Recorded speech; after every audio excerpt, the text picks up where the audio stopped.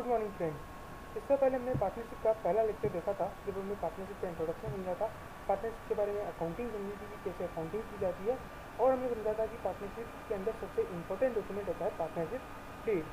और वहीं पे हमने समझा था कि पार्टनरशिप डीड अगर हमारे पास नहीं है, अगर हम रिटर्न डॉक्यूमेंट हमारे पास नहीं है, तब हम किस तरीके से पार्टनरशिप को आगे बढ़ाते हैं, किस तरीके से हम अकाउंटिंग करते हैं, और बाकी सारी आस्पेक्ट हमने देखी थी ना। अब हम समझते हैं कि पार्टनरशिप में जो प्रॉफिट एंड लॉस डिस्ट्रीब्यूट होता है वो किस तरीके से होता है, उसके लिए कौन सा अकाउंट बनाया जाता है। और आज हम पार्टनरशिप का मेन अकाउंटिंग टॉपिक स्टार्ट करेंगे। तो चलिए स्टार्ट करते हैं आज का अपना टॉपिक। लेकिन उससे पहले अगर अभी तक आपने हमारे चैनल को सब्सक्राइब नहीं किया है तो सबसे पहले हमारे चैनल को सब्सक्राइब कर लीजिए। और अब हम स्टार्ट करते हैं हमारा टॉपिक। सबसे पहले पार्टनरशिप के अंदर जो बाकी अकाउंट्स आपने सीखे थे वो तो आपको बनाने ही है, उसके अलावा भी आपको एक्स्ट्रा अकाउंट बनाने पड़ते हैं, जिन्हें आप बोल सकते हो एक profit and loss appropriation account. तो ये अकाउंट कौन सा अकाउंट होता है और ये अकाउंट क्यों बनाया जाता है, इसको थोड़ा सा हम डिटेल में समझते हैं। देखिए, प्रॉफिट एंड लॉस अकाउंट का हम समझते हैं कि क्यों बनाया जाता है, क्योंकि हमें हमारी जो बिजनेस है, हमारा जो ऑर्गेनाइजेशन है, उसका प्रॉफिट कैलकुलेट करना है। इस वजह से हम बनाते हैं प्रॉफिट एंड लॉस अकाउंट, या हम बोल सकते हैं प्रॉफिट एंड लॉस स्टेटमेंट। लेकिन प्रॉफिट एंड लॉस एप्रोप्रिएशन क्या है? तो देखिए, एप्रोप्रिएशन वर्ड है बंटवारे से संबंधित, यानी प्रॉफिट एंड लॉस एप्रोप्रिएशन का मतलब क्या हो गया कि प्रॉफिट एंड लॉस को आपस में बांटना। इसके लिए हमें अकाउंट बनाना है। अब इसका मतलब ये है कि जो प्रॉफिट एंड लॉस है, इससे जो हमारा प्रॉफिट आया है, अब ये कोई एक बिजनेस का कोई एक अकेला मालिक तो है नहीं, इसके कई सारे मालिक है जिन्हें पार्टनर बोलते हैं। उन सभी पार्टनर में ये प्रॉफिट किस तरीके से डिस्ट्रीब्यूट किया जाएगा वो हम करते हैं profit and loss appropriation account में। नाउ इसी प्रॉफिट का कुछ पार्ट किसी पार्टनर को सैलरी के रूप में दिया जाएगा, किसी को एज ए प्रॉफिट के रूप में दिया जाएगा, किसी को बोनस के रूप में दिया जाएगा, किसी को इंटरेस्ट के रूप में दिया जाएगा, किसी को किस रूप में दिया जाएगा। तो ये सारी चीज़ें हम लेते हैं profit and loss appropriation account में। यानी अब अगर हम इसको थोड़ा लीगली देखें या आपकी बुक डेफिनेशन देखें, तो profit and loss appropriation account is prepared to show the distribution of net profit among the partners. It records all transactions related to partner including partner salary, interest on capital and interest on drawing। लेकिन जब मैं यहाँ कहता हूँ कि all the transaction relating to partner, इसका मतलब ये नहीं है कि आप सारे ट्रांजेक्शन लिखते। जैसे मान लीजिए कि मिस्टर बी है जो कि ए एंड बी फर्म के अंदर पार्टनर है, ठीक है। ए एंड बी एक फर्म का नाम है और उस फर्म के अंदर मिस्टर बी एक पार्टनर है। और वो पार्टनर जो है मिस्टर बी जो है, अगर वो अपनी कोई बिल्डिंग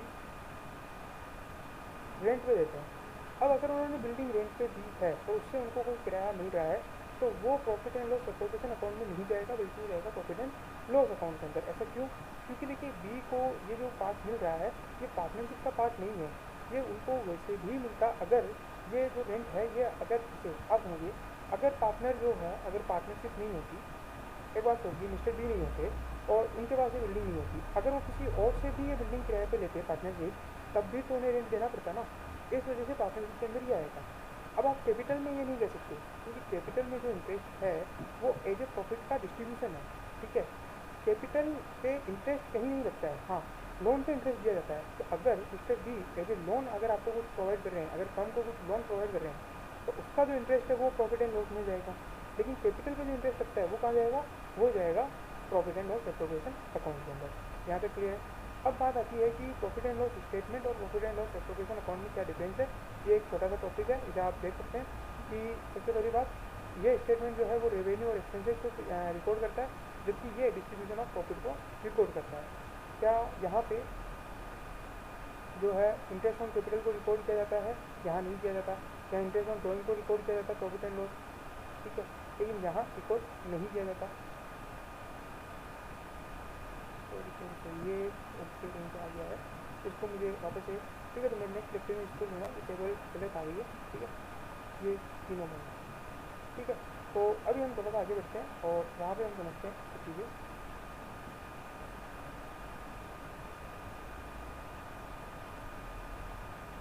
ये है हमारा profit and loss appropriation account का फॉर्मेट।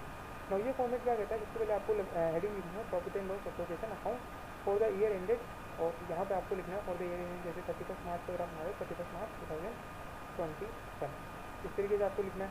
उसके बाद यहाँ पे क्या होगा कि अगर आपका प्रॉफिट है, प्रॉफिट एंड लॉस अकाउंट आपने बना लिया है सबसे पहले, ठीक है। अकाउंटिंग इस तरीके से होती है, अगर आप प्रॉफिट में यहाँ पे देखेंगे, देखिए सबसे पहले जिस तरीके से आप जनरल एंट्री करते थे वैसे ही करोगे। उसके बाद जिस तरीके से लेजर बनाने हो वैसे ही बनाओगे, ट्रायल बैलेंस वैसे ही बनेंगे। फाइनल अकाउंट इस तरीके से बनेंगे। लेकिन जैसे ही फाइनल अकाउंट बन जाएंगे उसके बाद आपका प्रॉफिट एंड लॉस अकाउंट बन जाएगा और बैलेंस शीट बन जाएगी। प्रॉफिट एंड लॉस अकाउंट बनने के बाद आपको बनाना पड़ेगा profit and loss appropriation account, और उसके बाद आप जाओगे बैलेंस शीट के ऊपर। ठीक है, तो यहाँ बीच में एक स्टेप आ जाएगा profit and loss appropriation account. अब ये अकाउंट किस तरीके से बनेगा, सबसे पहले आपको अगर प्रॉफिट है तो प्रॉफिट को ट्रांसफर करिए, और अगर लॉस है तो इस तरह आ जाएगा।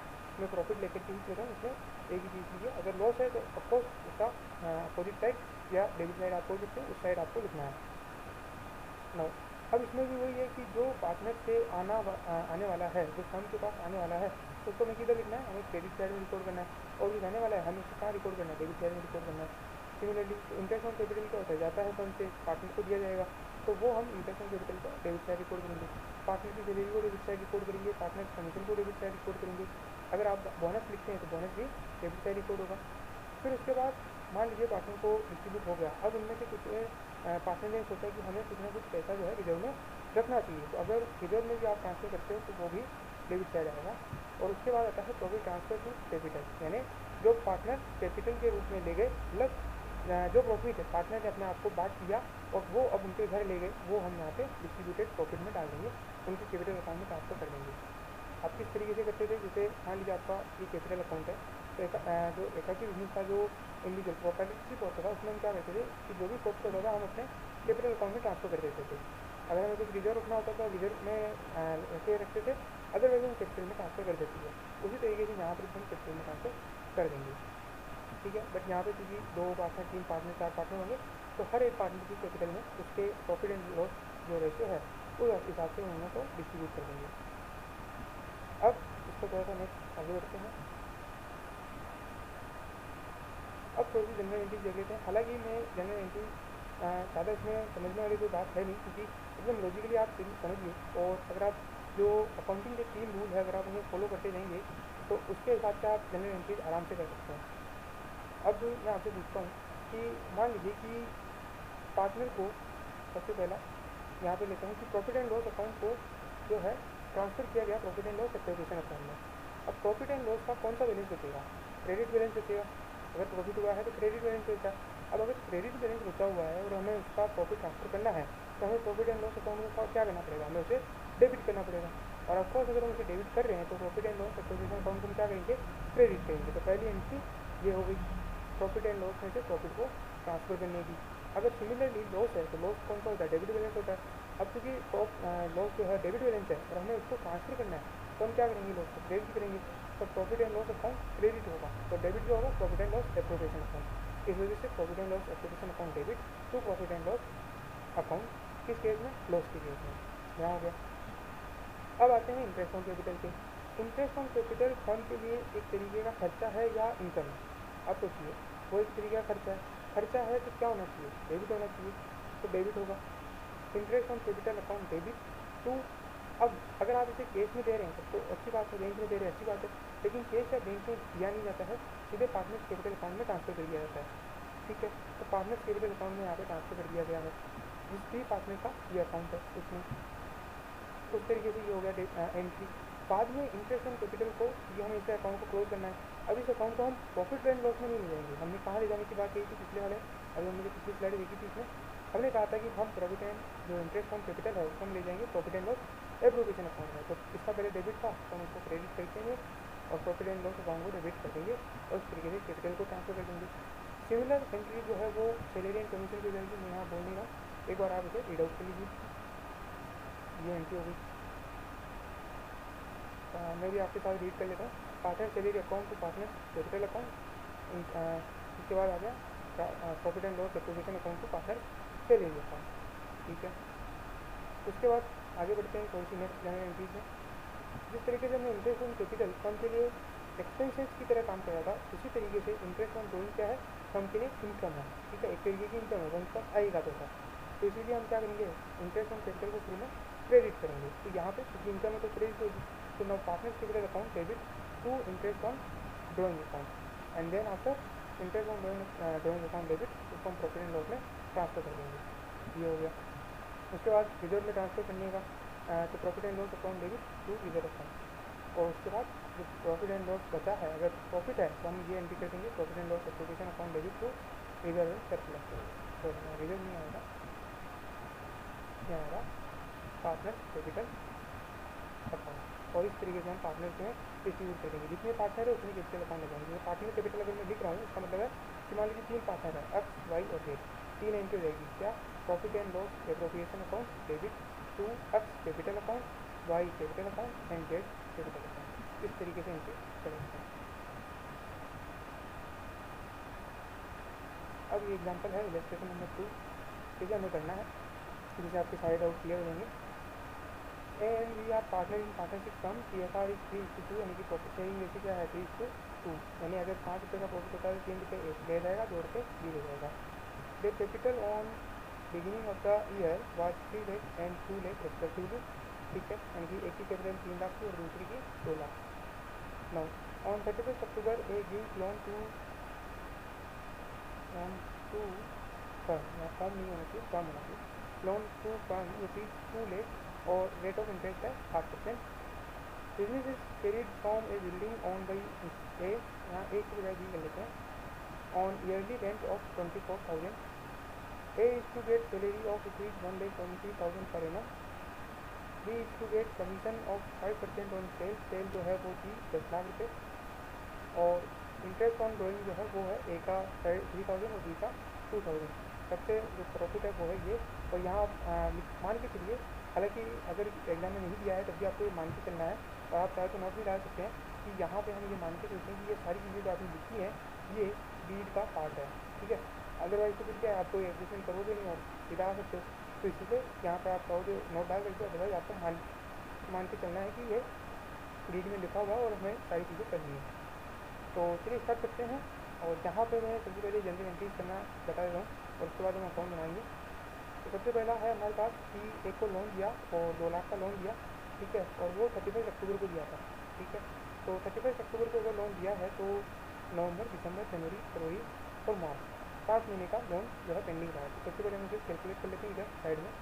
आपको एक रफ कॉस्ट, मतलब रफ कॉस्ट में कैलकुलेट नहीं करना, आपको वर्किंग नोट बना के कैलकुलेट करना है, ठीक है। इस तरीके से वर्किंग नोट आप बना सकते हो। देन इंटरेस्ट ऑन कैपिटल और इंटरेस्ट ऑन लोन ऑफ ए, तो यहाँ पे आप लिखोगे 2 lakh multiply by 8/100 multiply by 5/12, और इस तरीके से आप कैलकुलेट करोगे तो ये निकल जाएगा 15,000।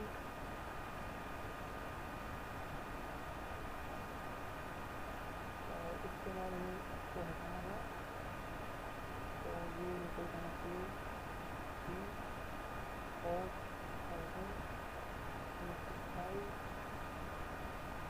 चलिए इसका एक काम होगा सिंपलिसिटी के लिए यहाँ पर कैलकुलेट कर लेते हैं। सीधा 1/2 हो जाएगा, ठीक है, इसका 12 1/2 हो जाएगा, और ये 8,000 यहाँ पे दिया जाएगा, ठीक है। इस तरीके से 8,000 जो हमारे पास निकल के आ गया। अब हमें इसकी एंट्री क्या करनी है, तो सबसे पहले इंटरेस्ट ऑन लोन है, इसकी एंट्री भी आपको करनी होगी।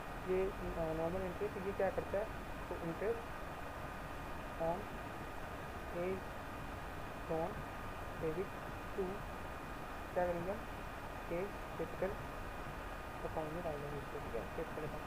आप चाहो तो कैश बैंक में एंट्री कर सकते हो, बट यहाँ लिखा हुआ नहीं है कि इसको पे किया है, तो आपको एक कैपिटल में ही सारी चीज़ें जो है कैपिटल अकाउंट में ही ट्रांसफर करनी है।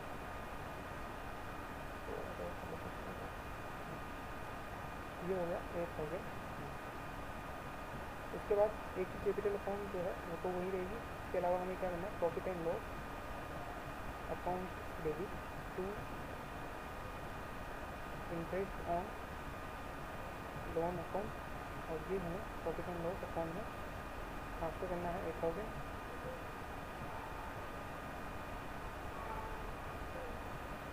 उसके बाद आता है business is carried from a building own by B on yearly rent ₹24,000। तो ए बी को रेंट देना है, तो रेंट की सिमिलर एंट्री हो जाएगी आपको, rent account debit to A B capital account, rent कितना था 24,000 and then profit and loss appropriation, तो profit and loss account debit to rent account 24,000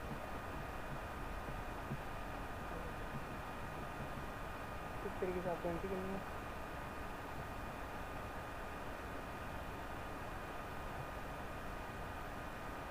अब सिमिलर सैलरी की एंट्री तो एक को मिलेगी। बस यहाँ पे ये अंतर रहेगा कि जो हम अभी तक जो बाकी दो को प्रॉफिट एंड लॉस में ट्रांसफर कर रहे थे, सैलरी को हम प्रॉफिट एंड लॉस एप्रोप्रिएशन में ट्रांसफर करेंगे। तो ठीक है, पहली एंट्री जाएगी हमारी salary account debit to page capital account, और सैलरी का अमाउंट क्या था 120,000।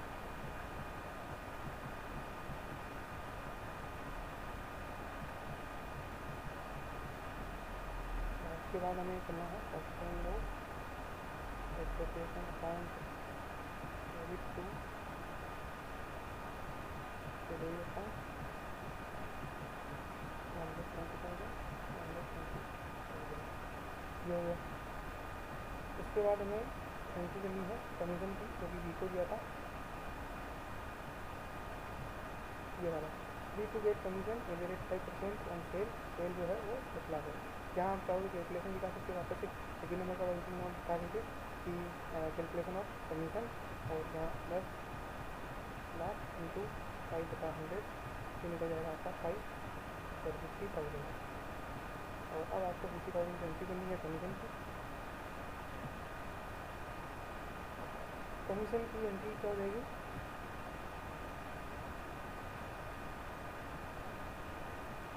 तो commission account debit to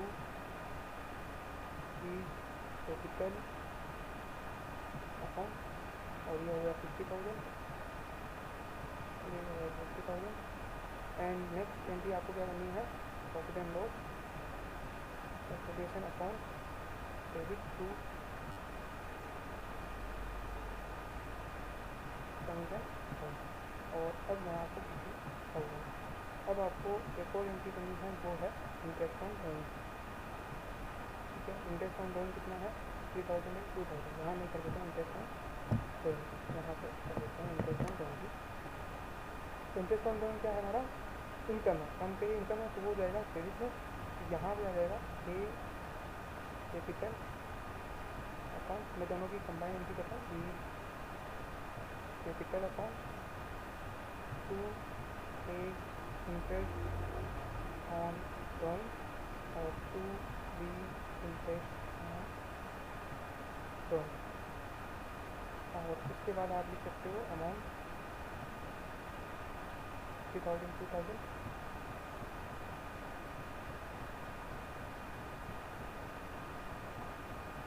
and now you have to do इसको profit and loss appropriation account में ट्रांसफर करना।